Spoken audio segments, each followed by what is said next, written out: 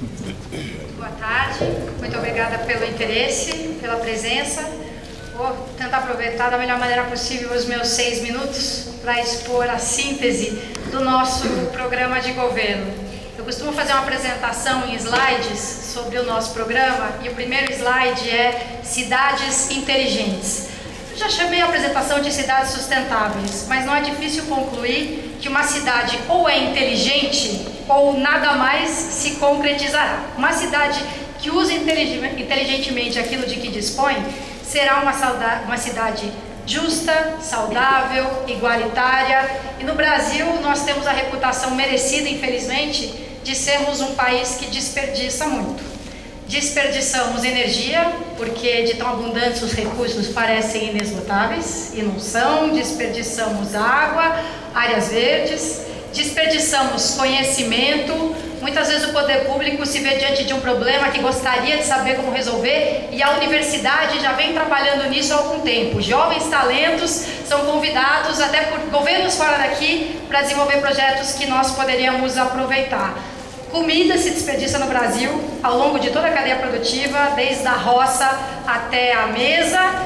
Lixo até a gente desperdiça no Brasil, descarta aquilo que chama de lixo e que na verdade nem deveria ser tratado dessa maneira. Isso acontece em São Paulo também. São Paulo dispõe de uma infraestrutura instalada que é insuficiente. Temos muitas carências na cidade que precisamos suprimir, mas aquilo que nós já temos não é aproveitado como deveria, da maneira mais justa, da maneira mais igualitária e inteligente. Uma cidade inteligente precisa necessariamente de uma mobilidade inteligente e não é aquela que privilegia o transporte individual motorizado. 30% da população se desloca em automóveis e eles ocupam 80% do espaço viário. Quer dizer, para mim, se trata de uma questão ideológica, de visão de mundo. Na minha visão, o coletivo tem de ter preferência sobre o individual. E isso se traduz, na minha visão, sobre os problemas do trânsito, por exemplo. Mas também é geométrico. A cidade não vai comportar um transporte todo baseado na frota de automóveis, o emplacamento de 800 novos automóveis por dia. Temos de privilegiar o coletivo.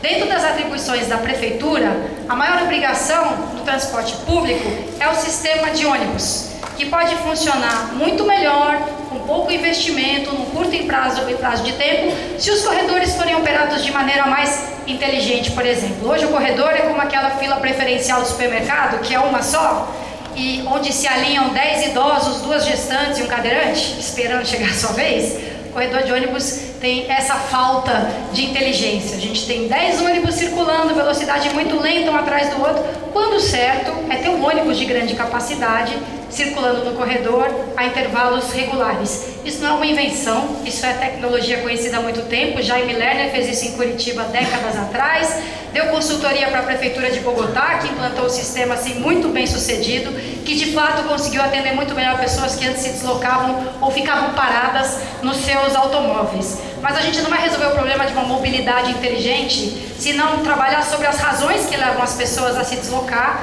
Milhões de pessoas todos os dias têm de sair das suas casas e pegar 4 ou 5 conduções e percorrer distâncias enormes, porque perto de onde elas moram não há postos de trabalho em quantidade suficiente e onde há muitos postos de trabalho não há moradia acessível para a maioria da população. Então é preciso garantir moradia a um custo mais em conta na região central, que não só é mais bem servida de serviços e equipamentos públicos, mas também de atividade econômica e de postos de trabalho. Então, se depender da produção do mercado, só serão feitos imóveis de alto padrão.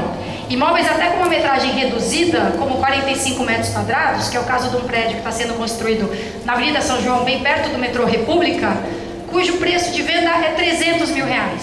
Então, se o poder público não agir, não vai ter essa possibilidade do solo urbano, onde ele é melhor, mais bem localizado, estar acessível às pessoas de renda mais baixa.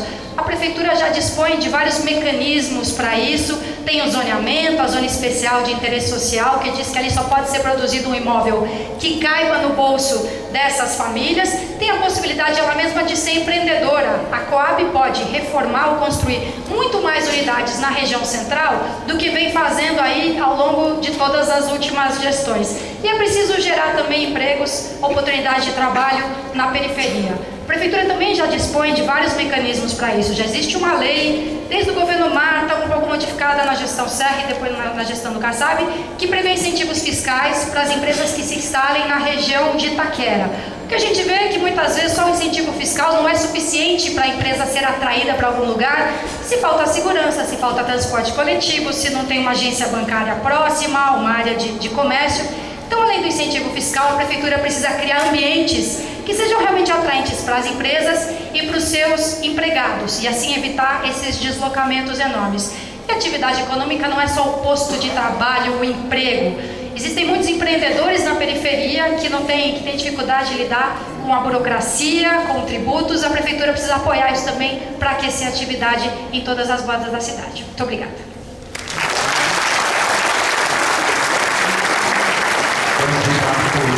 Vamos